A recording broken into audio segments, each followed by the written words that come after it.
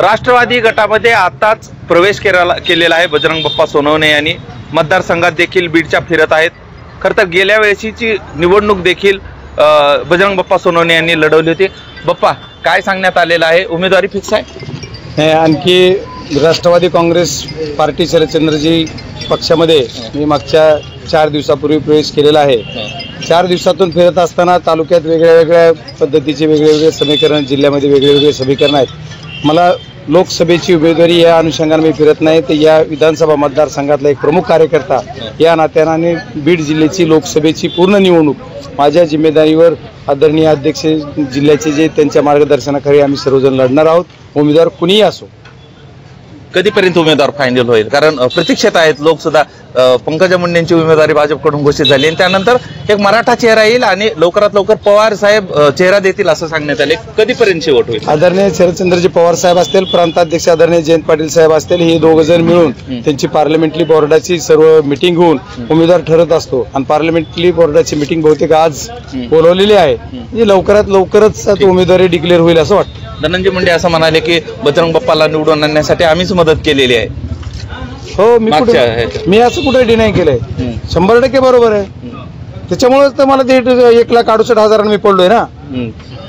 दुसरं काय कारण आहे? त्याचं दुसरं काहीच कारण नाही। त्यांनी मदत केली सगळ्यांनी म्हणूनच। या सर्व गोष्टीचा विचार जनता जनार्दनाला माहित आहे ना। गेवरा विधानसभा 35,000 मायनस असं सगळं आहे। सगळ्याची आकडेवारी सांगायची, सगळ्यांनी कुणी काय काय केलंय ते सांगायचं, ते जनतेला माहिती आहे ना। मी म्हणलं का कुणी मला मदत केली नाही?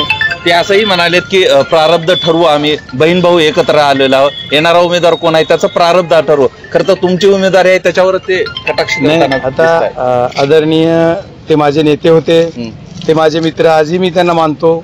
त्यांनी काय बोलावं हा त्यांचा अधिकार आहे।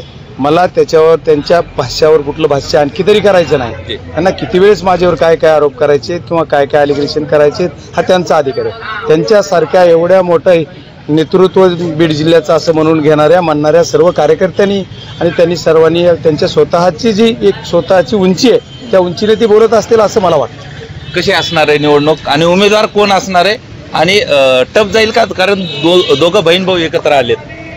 नाही, कधी आता कोण एकत्र होतं आणि कधी याच्या अगोदर बीड जिल्ह्यामध्ये ते वेगळे कधी होते? बीड जिल्ह्यामध्ये ते एकच होते ना। पहिल्या सुरुवातीला राजकारणात त्यांचे एकच होते। ते कधी काही कालांतरानं त्यांनी सांगितलं। आता प्रारब्धाचा विषय जे आहे, प्रारब्ध म्हणजे आमचं सर्व बीड जिल्ह्यातल्या जनतेचं नशीब ते ठरवणार आहे काय?